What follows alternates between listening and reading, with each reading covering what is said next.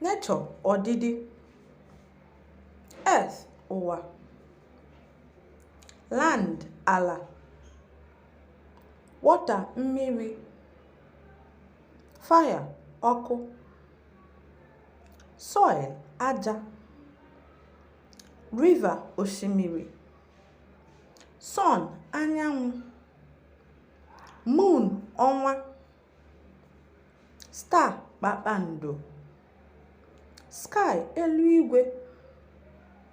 rain mmiri ozuzo, mountain ugwu, tree osisi, forest oke ọhịa, bush ọhịa, farm ugbo.